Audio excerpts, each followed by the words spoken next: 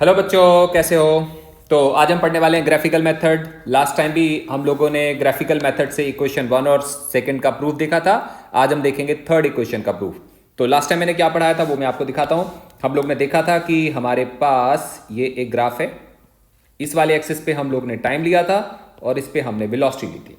अगर हमारे पार्टिकल की इनिशियल वेलोसिटी u है, मतलब हम बात करते हैं कि टाइम जीरो पे पार्टिकल की वेलोसिटी u है, इसका मतलब ग्राफ के हिसाब से जब टाइम जीरो होगा तब वेलोसिटी कितनी होगी, u होगी। कहां से शुरू करेंगे बेटा, हम यहां से शुरू करेंगे। बहुत अच्छी बात है। और अगर पार्टिकल में एक्सेलरेशन भी है, पार्टिकल में एक्सेलरेशन है, एक्सेलरेशन क्या करता है, वेलोसिटी को चेंज कराता है, मतलब बढ़ाएगा। तो ग्राफ कैसे आएगा, ऐसे आएगा। ये ग्राफ हम लोग लास्ट टाइम स्टडी कर चुके हैं, इसके बारे में ज्यादा डिस्क्राइब करने की आई थिंक जरूरत नहीं है। क्लियर है। अब हमने प्रूफ करना है इसी ग्राफ से इक्वेशन थर्ड। हम लोगों ने लास्ट टाइम इसी ग्राफ से इक्वेशन फर्स्ट भी प्रूफ करा था, सेकंड भी प्रूफ करा था। अब हम करने वाले हैं थर्ड का प्रूफ। तो ऐसे देखते हैं कि ये u के बराबर होगा, क्योंकि t0 पे जो वेलोसिटी होती है उसको हम u बोलते हैं। और जो ये चीज होगा ना, यहां से लेके यहां तक, इसको बेटा हम क्या बोलेंगे, इसको हम v बोलेंगे। एक काम करते हैं, हम इसको ऐसे ऐसे ऐसे करके एक ट्रायंगल का फॉर्मेशन कर लेते हैं। एक काम और करते हैं, चलो इसको a बोलते हैं, इसको o, इसको b, इसको c, इसको d। ऐसे मैंने कुछ लेटर लिख दिए सो दैट हम ट्रायंगल को या ज्योमेट्री को बहुत अच्छे से समझ पाए। बहुत अच्छी बात है। चलो जी, बहुत अच्छी बात है। कोई हमसे बोलता है कि हमने थर्ड इक्वेशन का प्रूफ निकालना है। किसका, थर्ड इक्वेशन का। आपके दिमाग में होना चाहिए कि third equation is about what. So actually third equation is about v, u, s and a। बेटा नाइन्थ क्लास से पढ़ रहे हैं हम लोग, ये थोड़ा सा तो हमें याद होगा कि third equation is about final velocity, initial velocity, displacement and acceleration. इसका मतलब हमने इनमें रिलेशन कैलकुलेट करना है। मैं दोबारा से ब्रीफ करता हूं। अगर हमें फर्स्ट इक्वेशन का प्रूफ निकालना होगा तो हम लोग ने लास्ट टाइम क्या बोला था, हम लोग ने लास्ट टाइम बोला था कि इसका कोई एंगल थीटा होगा, इसका हम स्लोप कैलकुलेट करेंगे और सॉल्व करेंगे तो फर्स्ट इक्वेशन आ जाएगा। सेकंड के लिए हमने क्या करा था, हम लोग ने इसका अंदर का एरिया निकाल दिया था। हम लोगों ने कहा था कि ये सारा एरिया निकाल देते हैं, ये वाला, और जो एरिया आएगा उससे सेकंड इक्वेशन आ जाएगा। और एरिया क्या होता है, याद करो, velocity time graph, velocity time graph के अंदर का एरिया डिस्प्लेसमेंट ही तो होता है। लेकिन अच्छी बात आपको बताऊं, इस वाले रिलेशन में भी या थर्ड इक्वेशन में भी हमने डिस्प्लेसमेंट कैलकुलेट करना है। इसका मतलब सेकंड इक्वेशन में भी डिस्प्लेसमेंट निकालना होता है, थर्ड में भी निकालना होता है। तो सेकंड इक्वेशन में भी हम एरिया निकालते हैं, तो थर्ड में भी तो एरिया निकालना पड़ेगा। बस फर्क इतना होगा, सेकंड इक्वेशन में टाइम आता है और थर्ड इक्वेशन में टाइम नहीं आता। क्लियर है। सो हमने उसको थोड़ा सा ध्यान देना पड़ेगा, बाकी निकालना हमने एरिया ही है। So we say that the third equation, कोई बोलता है व्हाट इज थर्ड इक्वेशन, तुम बोलोगे सर थर्ड इक्वेशन का मतलब हुआ वी कैलकुलेट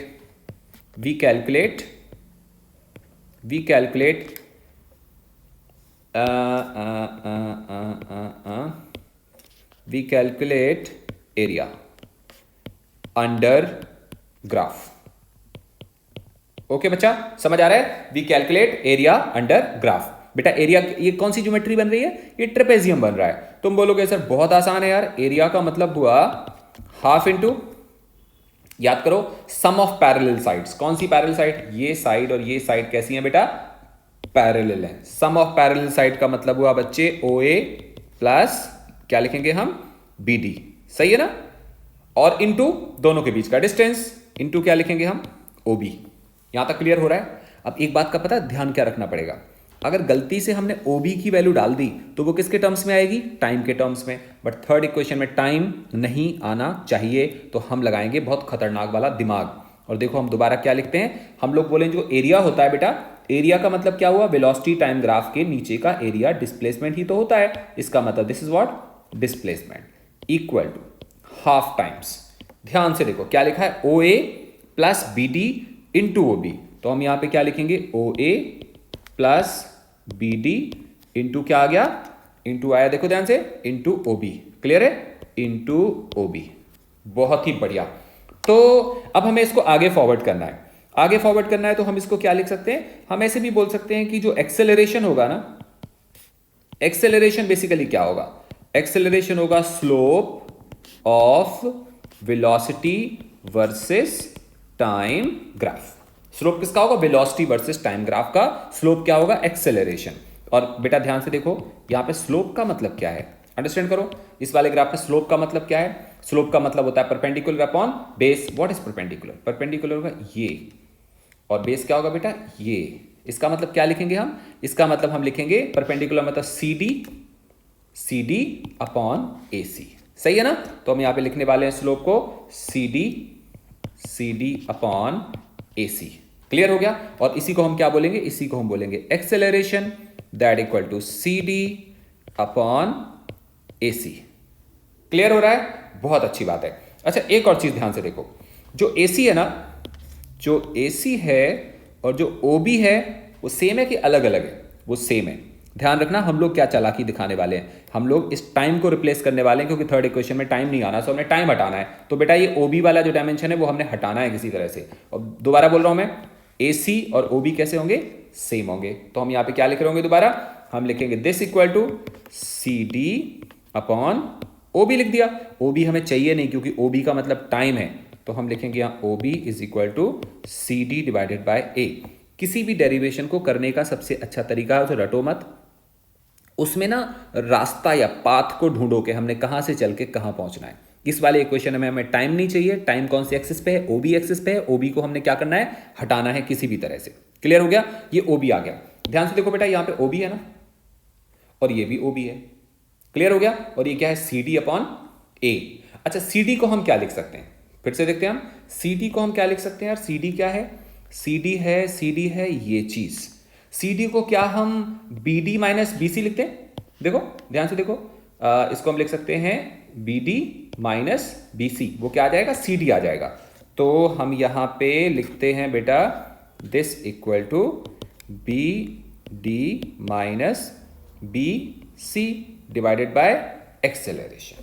क्लियर हो गया? एक और ध्यान से देखो, यहां पे क्या लिखा है? यहां बी डी लिखा है, लेकिन यहां पे तो ओ ए लिखा हुआ है, यहां ओ ए लिखा हुआ है। अच्छा, इस वाले में भी कुछ ओ ए होगा, इसका कुछ मतलब होना चाहिए। ध्यान से देखें हम जरा, फिर से बैक जाते हैं। फिर से बैक जाएंगे तो हम क्या देखेंगे?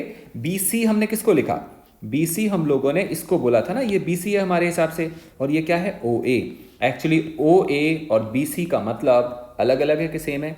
सेम सेम है। तो हम यहाँ पे क्या लिख सकते हैं? हम जहाँ पे ओ बी लिखा है, जहाँ पे बी सी लिखा है, वहाँ पे हम ओ ए लिख देते हैं। सो दिस बिकम्स फाइनली क्या? B D minus B C को क्या लिखेंगे हम? O A divided by A is equal to O B. बेटा ध्यान से देखो, हम अब क्या करने वाले हैं? इस ओ बी की जगह इस वाले ओ बी को प्लेस करने वाले हैं। जैसे हम इसको वहां पे प्लेस करेंगे, हमें पता क्या मिल जाएगा? हमें मिलेगा B D plus O A, और हमें क्या मिलेगा? बी डी माइनस ओ ए। ध्यान से देख लो, ओ बी की वैल्यू को जब हम यहाँ पे प्लेस करेंगे ना, तो हमें क्या मिल जाएगा? बी डी प्लस ओ ए यहां से मिल रहा है, और बी डी माइनस ओ ए यहां से मिल रहा है, और लेफ्ट हैंड साइड में क्या आ रहा है? लेफ्ट हैंड साइड में एस आ रहा है। क्लियर? ऐसा करते हैं, चलो हम इसको नाम दे देते हैं इक्वेशन 1। आपको याद रहेगा, मैं ऐसे कुछ लिख देता हूं, from equation 1। From equation 1 S equal to half times B D plus O A, और क्या आएगा बेटा? B D minus O A. एक बार आप फिर से देख लो ध्यान से। क्लियर हो रहा है? ये वैल्यू को हमने यहां पे प्लेस कर दिया, ये बी डी माइनस ओ ए है, ये बी डी प्लस ओ ए है, इसकी जगह हमने प्लेस कर दिया साथ में, लेकिन ए और आएगा ना नीचे, ए और आएगा, तो हम इसको क्या लिख देते हैं? डिवाइडेड बाय पूरे का ए। क्लियर? अब हम क्या करने की ट्राई कर रहे थे? हम चाह रहे थे कि टाइम हट जाए, और टाइम हट गया। देखो, इस वाले इक्वेशन में टाइम कहीं भी नहीं आ रहा ना, तो फिर ये फाइनली क्या बन जाएगा? S equal to half times क्या आएगा बेटा? बी डी का स्क्वायर माइनस ओ ए का square divided by A. I hope इतना क्लियर है। यहां से एस आ गया, और हम इसको शफल करें तो क्या मिलेगा हमें? हमें मिलेगा 2as equal to B D का स्क्वायर माइनस ओ ए का स्क्वायर। बहुत ही बढ़िया बेटा। बी डी देखना जरा, बी डी कहाँ है? बी डी ये रहा, देखो बी डी क्या चीज है? ये वी है, और ओ ए क्या चीज है? यू है। इसको हम क्या बोलेंगे? वी। इसको क्या बोलेंगे? यू। और ये फिर से हमारे पास आ गया क्या? हमारे पास आ गया 2as equal to V square minus U square. मुझे लगता है तुम जानते हो ये कौन सा इक्वेशन है? थर्ड इक्वेशन है। दोबारा से रिव्यू करें, सुनो, फिर से कहानी सुनो। आप अगर एक बार ध्यान से सुन लोगे आपको याद हो जाएगा। सेम ग्राफ, दोबारा सुनो, सेम ग्राफ हमने बनाया था फर्स्ट इक्वेशन को निकालने के लिए, और फर्स्ट इक्वेशन कैसे निकाला था मैं आपको साइड में थोड़ी सी जगह में समझा देता हूँ, छोटी सी जगह में ऐसे। फर्स्ट इक्वेशन हमने पता कैसे निकाला था, हमने निकाला था स्लोप, याद है ना आपको? स्लोप का मतलब क्या होता था? एक्सेलरेशन। और वो क्या होता था? Slope was this upon this. अभी मैं शॉर्ट में समझा रहा हूं। दिस का मतलब क्या हुआ बेटा? दिस का मतलब हुआ v माइनस यू। ये v था, ये v था ना, और ये u था, तो ये भी u होगा। तो ये क्या चीज आएगा? ये v माइनस यू आएगा। मैं शॉर्ट में समझा रहा हूं, अगर तुम स्कूल एग्जाम में लिखोगे तो पूरा लिखना पड़ेगा ज्योमेट्री के हिसाब से।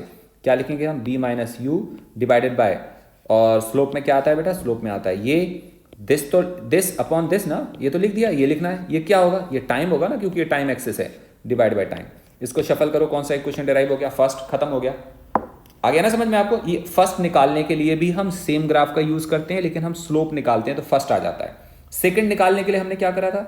सेकंड के लिए हमने लिखा था s इक्वल टू डिस्प्लेसमेंट। क्या होगा? डिस्प्लेसमेंट होगा एरिया। और एरिया हम लोगों ने कैसे निकाला था? एरिया निकाला था ट्रेपेजियम का एरिया, और वो क्या आएगा बेटा? वो एरिया आएगा ये वाला साइड प्लस ये वाला साइड मल्टीप्लाइड बाय ये वाला डिस्टेंस इनटू हाफ। बस उसको सीधा लिखा था, आंसर हो गया था।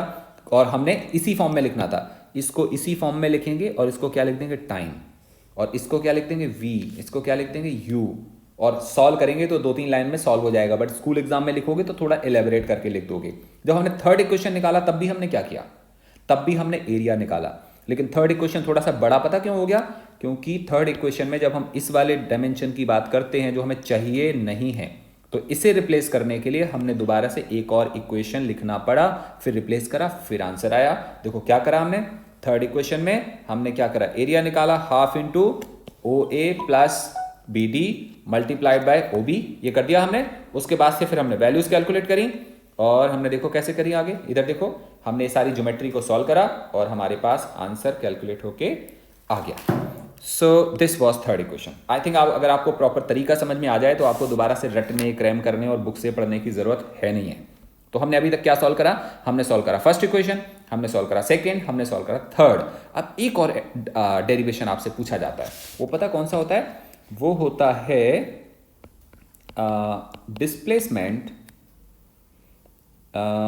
Displacement in nth second. ये nth सेकेंड समझते हो आप? nth सेकेंड का क्या मतलब होता है? जैसे मान लो एक पार्टिकल चलता है t इक्वल टू 0 पे, और वो 10 सेकेंड में यहां पहुंच जाता है, 10 सेकेंड में यहां पहुंच जाता है, तो कितनी डिस्टेंस चलेगा? इतनी करे चलेगा। इसको हम क्या बोलेंगे? S10। S10 मतलब, S10 का मतलब डिस्टेंस ट्रेवल्ड इन 10 सेकेंड। एक पार्टिकल t0 पे यहां से शुरू होता है और वो t इक्वल टू 9 सेकेंड पे यहां पहुंच जाता है। कहां पहुंच जाता है? इधर। कितना डिस्टेंस चलेगा? इतना। इसको हम क्या बोलेंगे? S9। अगर मैं तुमसे बोलूं टेंथ क्या चीज है? टेंथ ये पूरा है कि टेंथ मतलब 10वां? टेंथ होता है वो। टेंथ का मतलब हुआ जब 9 खत्म हो जाता है उसके बाद 10th शुरू होती है। जैसे हम स्टडी करते हैं ना, जब तक हम फर्स्ट में, सेकंड में, थर्ड में, जब हम 8th में होते हैं तो हम 8th क्लास में होते हैं कि 8 में होते हैं? हम केवल 8th क्लास में होते हैं। 8th क्लास कब शुरू होती है? जब 7th खत्म हो जाती है तब 8th शुरू होती है, और 8th कब तक रहती है? जब तक 9th स्टार्ट नहीं होती। इसी तरह से 10th का मतलब 9 जब खत्म होगा तब से शुरू होगा, और कब तक खत्म होगा? जब तक कि 10th पूरा नहीं हो जाता। इसका मतलब यहां पे 10th क्या चीज है? यहां पे 10th का मतलब होता है 10 माइनस 9, दिस इज 10th। तो कोई आपसे बोले कि बताओ डिस्प्लेसमेंट इन 10th सेकेंड क्या चीज होगा, तो तुम बोलोगे sir displacement in 10th second का मतलब हुआ 10 सेकेंड का डिस्टेंस, या 10 सेकेंड का डिस्प्लेसमेंट माइनस 9 सेकेंड का displacement is equal to 10th second का डिस्प्लेसमेंट। अगर हम इसी चीज को यहां से बनाए ना, जो सामने दिख रहा है, तो तुम बोलोगे सर ऐसे लाइन खींचो, ये ऐसे लाइन खींचो। पता है ये क्या चीज है? ये है S10th। क्लियर हो गया?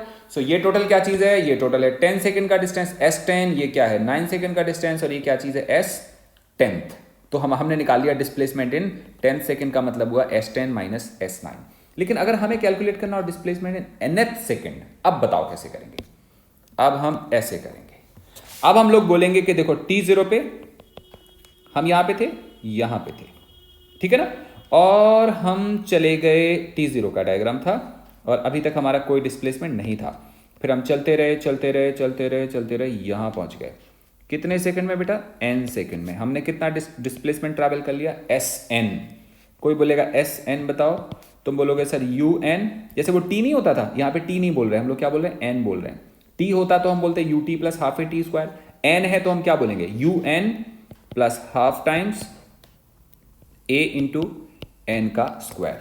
क्या आ गया ये एस एन आ गया। दोबारा देखते हैं, टी जीरो पे हम यहां पे थे और फिर हम चलते चलते यहां पहुंच गए, यहां हम कब पहुंच गए, एन माइनस वन सेकेंड पे पहुंच गए। तो हमने क्या ट्रेवल कर लिया, हमने S N minus one travel कर लिया। What is S N minus one, S N minus one will be U into N minus one, बेटा समझ आ रहा है, प्लस हाफ टाइम्स ए इंटू एन माइनस वन का होल स्क्वायर। क्या बन गया, U T plus half A T square का टाइप बन गया। कोई बोले sir S in nth second बताओ, nth सेकेंड, nth सेकेंड कब होगा बच्चा, n माइनस वन खत्म होने से यहां तक का जो होगा ना, मतलब अगर हम यहां से लाइन खींचते हैं ना, तो आप बोल सकते हो सर ये बाउंड्री बना दी हमने, ये बाउंड्री बना ली। Now what is this, this is that जो हमने सॉल्व करना था। इसको हम क्या बोलेंगे, एस nth। बच्चों को समझ में तो शायद आ गया होगा, और अगर हम इसको सिंप्लीफाई करते हैं तो ये क्या निकल के आएगा, हम पूरी वैल्यू डाल देते हैं ऊपर से। एस nth का मतलब हुआ बेटा s N minus s N minus one, that equal to क्या लिखेंगे बच्चा, u N plus half times ए into n square minus u n minus one plus half times ए इंटू एन माइनस वन का whole square. Clear. अब हम करते हैं subtract. पहले हम इसे और इसे सब्ट्रैक्ट करेंगे। जब इसे और इसे करेंगे तो u तो कॉमन आ जाएगा, देखो, और हम लोग क्या लिखेंगे बेटा, मैं आपको दिखाता हूं, हम लोग लिखेंगे इक्वल टू, u तो कॉमन आ गया, अंदर क्या आएगा, n माइनस वन, क्या बोलते हो, प्लस अगले वाले में हाफ a कॉमन ले लेंगे और क्या आएगा, n square minus n minus one का होल स्क्वायर। मैं चेक कराता हूं, देखो दोबारा से देखो, पहले हमने फर्स्ट टर्म को सब्ट्रैक्ट करा, first term minus first term, फिर हमने क्या करा बच्चा, फिर हमने second term minus second term, हमने ऐसे कुछ करा। तो हमारे पास ये इधर पहले वाले में हमने u कॉमन ले लिया था, दूसरे वाले में हमने हाफ a कॉमन ले लिया, तो क्या बन गया, n square minus n minus one का होल स्क्वायर। सही जवाब है।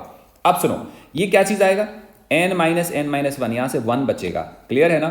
सो ये क्या आ जाएगा, ये आएगा s nth equal to u, यहां तो अंदर तो वन आ गया, प्लस हाफ a, बेटा वो आपने पढ़ा ना formula a square minus b square, तो बच्चे बोलेंगे हाँ सर पढ़ा है। तो a square minus b square क्या होता था, याद करो, वो होता था सर a प्लस बी का मतलब a प्लस बी, और साथ में क्या होता था a माइनस बी। सही है, बहुत ही सही।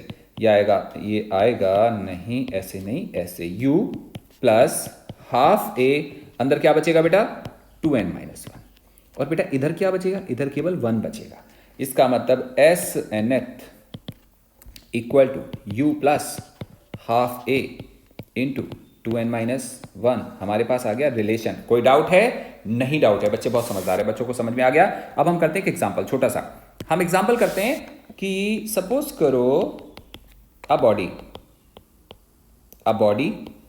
Has velocity 10 metre per second,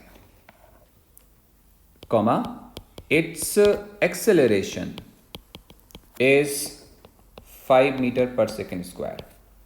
Calculate displacement in 5 seconds. Full stop. Also calculate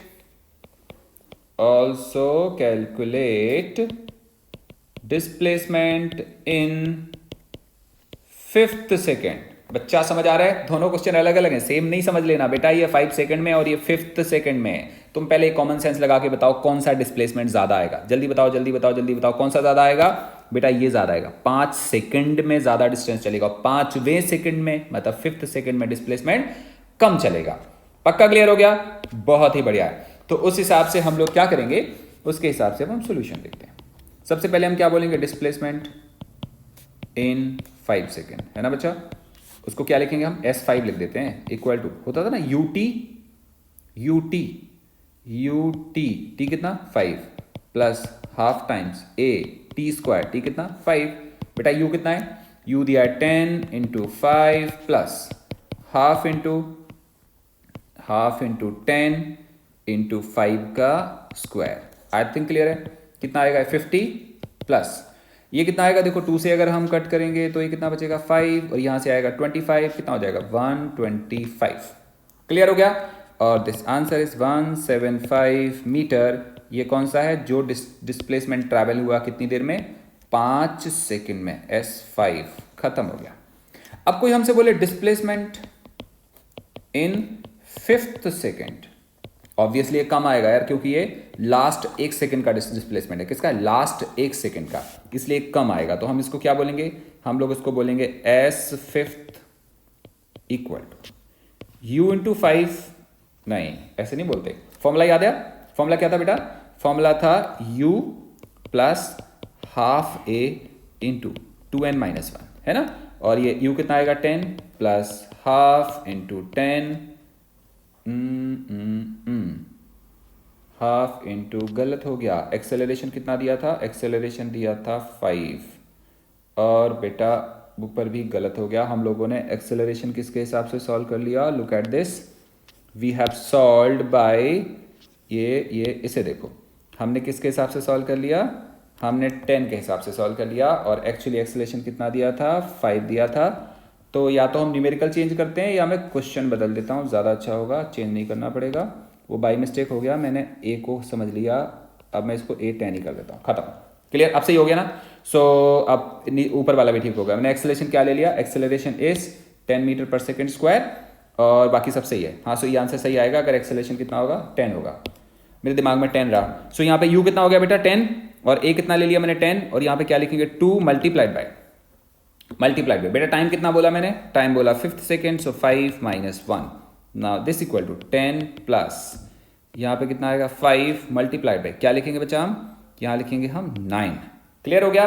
सो ये कितना आ गया, ये आ गया 45, 9 इंटू 5 कितना हो गया 45 प्लस 10, कितना आंसर आ गया 55 मीटर। पहले वाला तो काफी ज्यादा नहीं आ रहा था, देखो ये 175 था और ये कितना आ गया, ये 55 आ गया। परफेक्ट हो गया। So we have got answer in 5 second and 5th second. ये हमारे पास एक डेरिवेशन था जो हम लोगों ने अभी करा कि nth सेकेंड में आंसर कैसे कैलकुलेट करते हैं। एक काम करते हैं, अब हम इसी को करते हैं ग्राफिकल मेथड से। तो अब हम दोबारा से सॉल्व करते हैं कि यहां पे लिखते हैं हम लोग आर्टिकल है डिस्प्लेसमेंट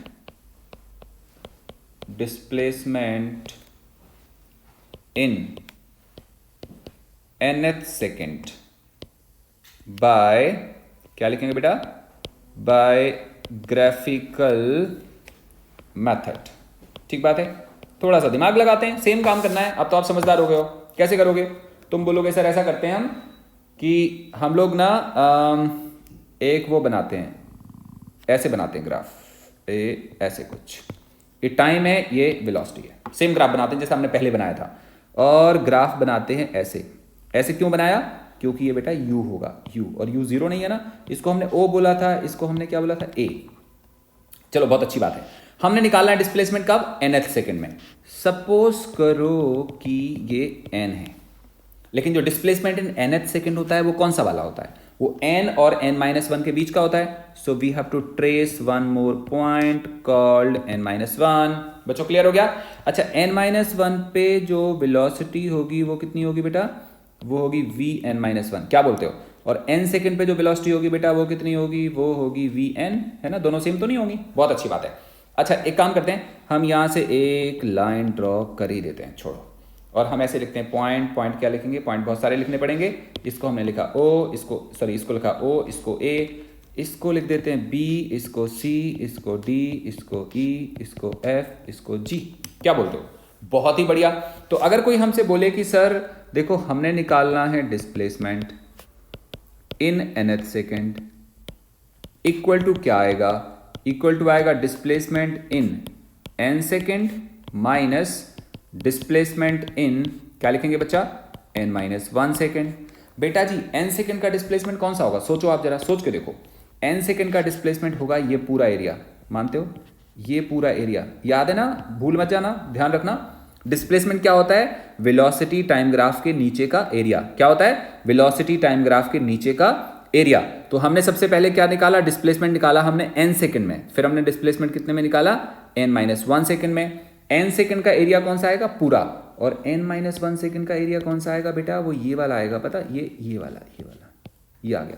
तो हमें क्या करना है, हम पहले टोटल एरिया निकालेंगे, फिर n-1 सेकंड के एरिया को माइनस कर देंगे। तो आप क्या लिखोगे, आप लिखोगे सर देखो ये इक्वल टू आएगा, इक्वल टू एरिया कौन सा वाला, ट्रेपेजियम का एरिया। कौन सा ट्रेपेजियम, OAGC दिखा आपको, OAGC के नीचे का एरिया, ये क्या आएगा, टोटल एरिया, माइनस क्या बोलेंगे हम लोग, माइनस बोलेंगे एरिया, ध्यान से देखो, OAFB। और जब हम इसको सिंप्लीफाई करेंगे बेटा तो ये कितने के बराबर आएगा, दिमाग लगाओ बच्चा जल्दी से, ये आएगा इक्वल टू एरिया, बच्चा कितना आएगा, ये आएगा BCGF। आ रहा कि नहीं आ रहा, ये n सेकेंड का डिस्प्लेसमेंट आएगा कि n-1 का, सॉरी कि nth का आएगा, ये nth सेकेंड का आएगा। इस एरिया की बात करनी है। अब ये एरिया कितना आएगा, ये भी तो ट्रेपेजियम बन रहा है बेटा, ये एरिया पता कितना आएगा, ये एरिया आएगा sum of parallel sides, half into sum of parallel sides CG, ध्यान से देखो, half into B into F, BF and CG उसका हाफ मल्टीप्लाइड बाय दोनों के बीच का डिस्टेंस, और ये पता कितने के बराबर आएगा, 1 आएगा। सोचो 1 क्यों आएगा, दिमाग लगाओ बेटा, 1 क्यों आएगा, 1 इसलिए आएगा क्योंकि ये 1 है, इन दोनों का सब्ट्रैक्शन देखो, n-1 करोगे तो ये 1 आएगा। Now this is equal to half times, बेटा BF का मतलब क्या हुआ, इसका मतलब हुआ VN-1। देख लो बेटा, ध्यान से देखो बच्चा, ये और ये क्या है, ये सेम है ना, ये सेम है। अच्छा, और CG क्या होगा, CG होगा VN के बराबर, परफेक्ट। सो हम यहाँ पे लिखेंगे प्लस VN के बराबर, डन हो गया। इसी पेज पे करते हैं और हम यहाँ करते हैं, चलो हम यहाँ पे लिखेंगे SNth equal to half times बेटा VN-1। याद करो वो फॉर्मूला होता है ना, V equal to U plus AT, U plus AT, क्या बोलते हो, सही है ना, ये आ गया, प्लस VN ना, ये क्या होता था, U प्लस AT, सही हो गया।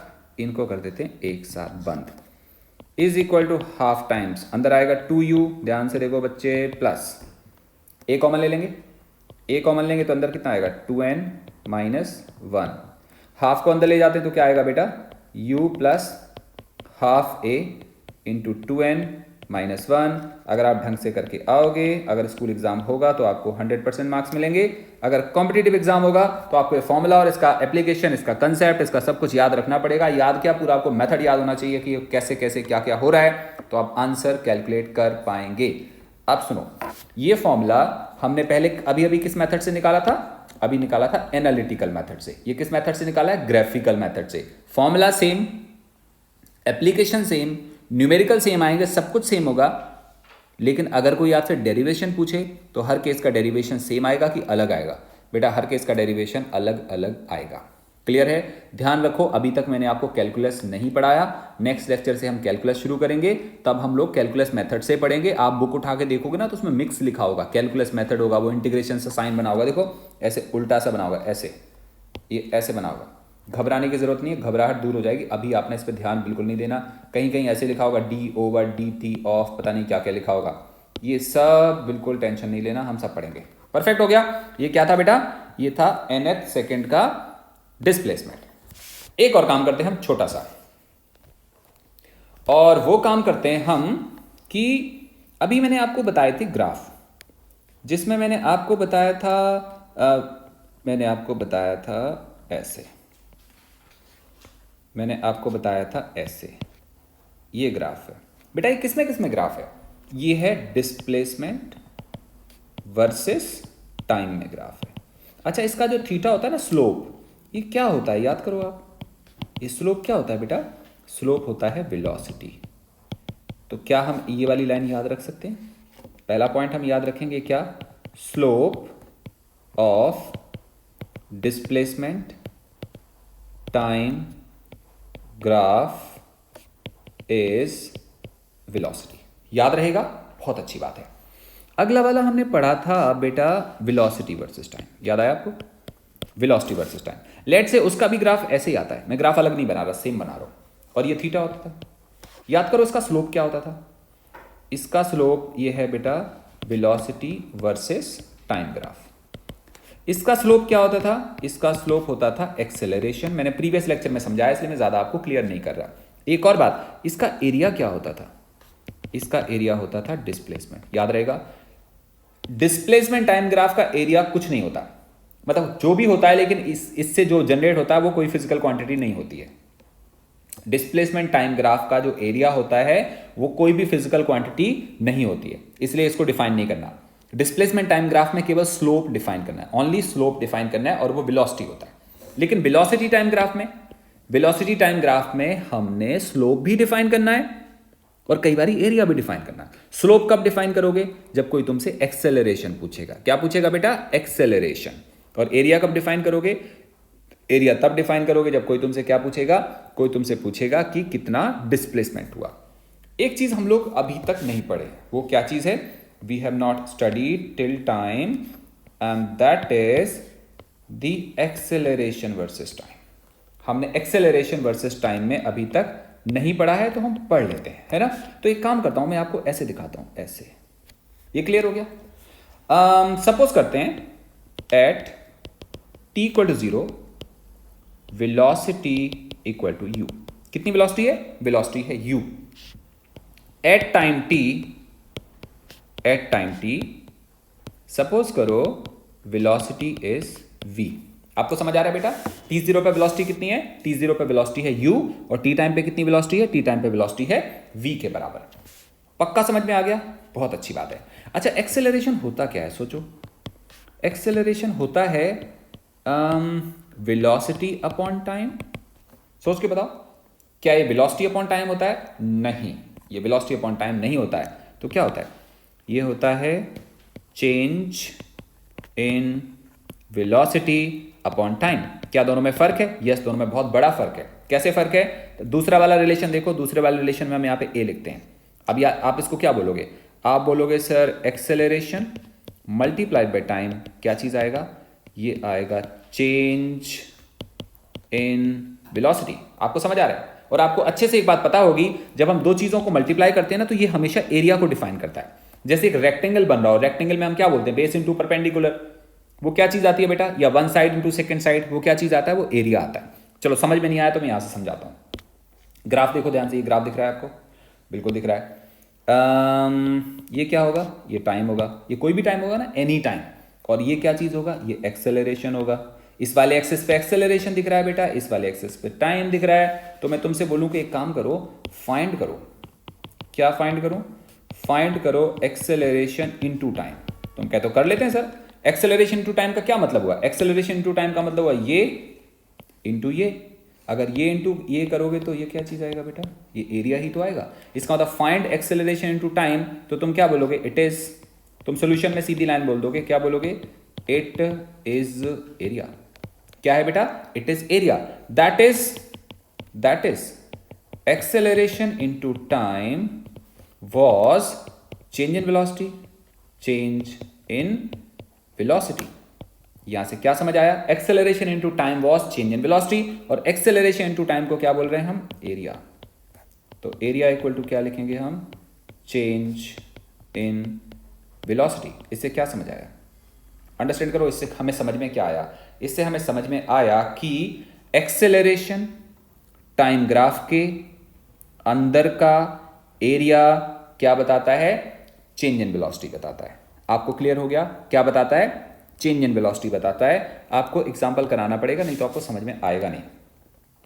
हम करते हैं एक छोटा सा एग्जांपल। सपोज करो ये है एक्सेलरेशन। हमारे पास एक ग्राफ आ रहा है ऐसे, ठीक हो गया? और मान लो ये है 10 सेकेंड, और कोई तुमसे कहता है कि find velocity of body at 10 second. Find velocity of body at 10 second if initial velocity is 0। कितनी है वेलोसिटी इनिशियल? 0 है। इफ इनिशियल वेलोसिटी इज 0, कोई तुमसे ऐसे बोल देता है find velocity of body at 10 second if initial velocity is 0। तुम क्या बोलोगे? तुम बोलोगे सर सॉल्यूशन करते हैं। एक्चुअली जो एरिया होगा वो बताएगा किसको? चेंज इन वेलोसिटी को। ठीक बात है, मैंने कहा बहुत अच्छी बात है। अब तुम्हें ये भी तो बताना पड़ेगा यहाँ कितना है। लेट्स से यहाँ पे 6 है, ऐसे ही मान लिया मैंने रैंडमली, और इसकी यूनिट है मीटर पर सेकेंड स्क्वायर और इसकी यूनिट सेकेंड में है। बहुत अच्छी बात है। तो अगर हम इसका एरिया निकालें ना बेटा, ये वाला, ये पूरा, तो ये पूरा एरिया आएगा ये वाला। तो एरिया क्या निकलेगा? एरिया निकलेगा बच्चा 6 × 10 इक्वल टू क्या बोला मैंने? Change in velocity. चेंज हमेशा क्या होता है? चेंज हमेशा होता है फाइनल माइनस इनिशियल। क्यों? क्योंकि इनिशियल कितनी है? 0 है। तो यहां से क्या आएगा? This 60 is equal to v। ये हमारा आंसर आ गया। इसका मतलब हुआ velocity at 10 second equal to 60 metre per second. ये क्लियर हो गया? ऐसा करते हैं हम सेम क्वेश्चन दोबारा करते हैं। क्वेश्चन नहीं बदलते हैं ना, तरीका बदलते हैं, मेथड वैल्यूज बदलते हैं, लेकिन हम इसको सेम रखते हैं। ये मीटर पर सेकेंड स्क्वायर में है और ये सेम ग्राफ है ऐसे। यहाँ पे सेम टाइम है 10 और यहाँ पे भी 6 है। और कोई बोलता है, ये एग्जांपल है सपोज करो, कोई बोलता है फाइंड,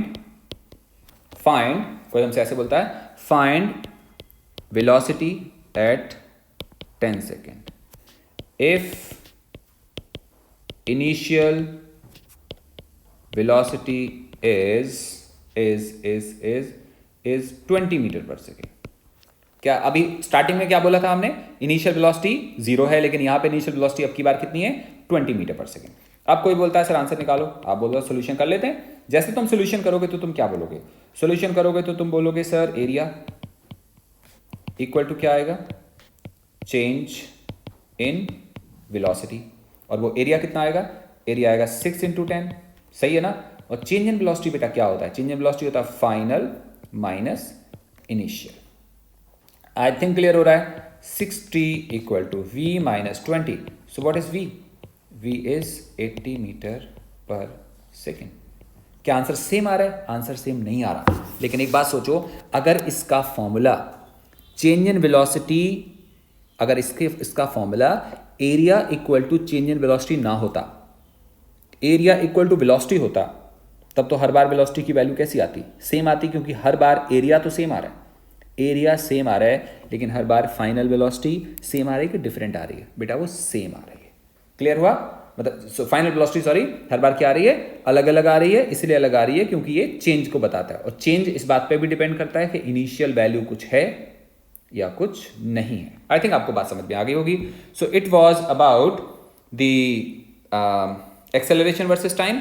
तो अभी तक मैंने आपको समझाया इसके बारे में कि हम ग्राफिकल मेथड से अलग अलग चीज़ें कैसे कैलकुलेट करते हैं। अगले वाले लेक्चर में हम लोग पढ़ेंगे कैलकुलस मेथड, और साथ साथ में फिर हम ग्राफिकल क्वेश्चंस का थोड़ा सा प्रैक्टिस करेंगे। सो अच्छे से स्टडी करो। थैंक यू सो मच बेटा, बाय बाय।